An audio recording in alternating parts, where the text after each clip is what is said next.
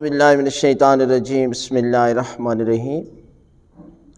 یہ سوال کسی دوست نے پوچھا ہے کہ میری بیوی گانا گاتی ہے تو کیا کروں؟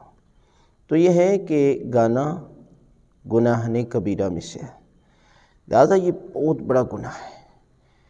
لہٰذا گناہ سے نفرت کریں، گناہ گار سے نہیں۔ اکثر یہاں سے یہ غلطی ہو جاتی ہے کہ ہم اس قدر گناہ گار سے نفرت کرتے ہیں کہ یہ گناہ میں زیادہ مضبوط ہو جاتا ہے۔ ہمیں سیرت معصومین سے دیکھنا چاہیے کہ کس طرح انہوں نے گناہ گاروں کو اپنے قریب لایا اور پھر ان کی تربیت کی، اور ان لوگوں نے اس گناہ پر توبہ کی اور بعد میں اس قدر عابد اور زاہد زندگی گزاری۔ لہذا یہ گناہ ہے، گناہ کبیرہ ہے۔ لہذا آپ اپنی بیوی کو سمجھانے کی کوشش کریں۔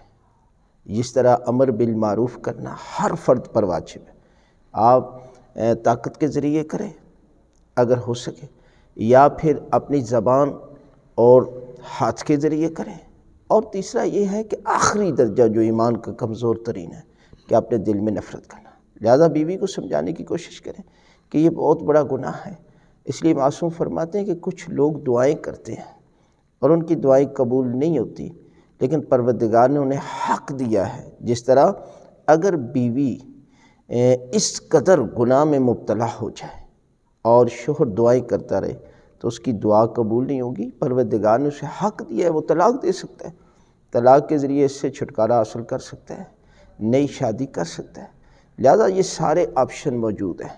لہذا کوشش کریں کہ اپنے زبان سے سمجھائیں، اور یہ گناہ ہے بہت بڑا، اس کا سزا ملے گی، اور گھر سے پروردگار تمام رحمتوں کو دور کر دیتا ہے۔ لہذا اس گھر میں رحمتیں نازل نہیں ہوتی، رحمت کے فرشتے نازل نہیں ہوتے کہ جس گھر میں موسیقی اور گانا بجایا جائے۔ لہذا آپ کوشش کریں اپنی بیوی کو سمجھانے کی۔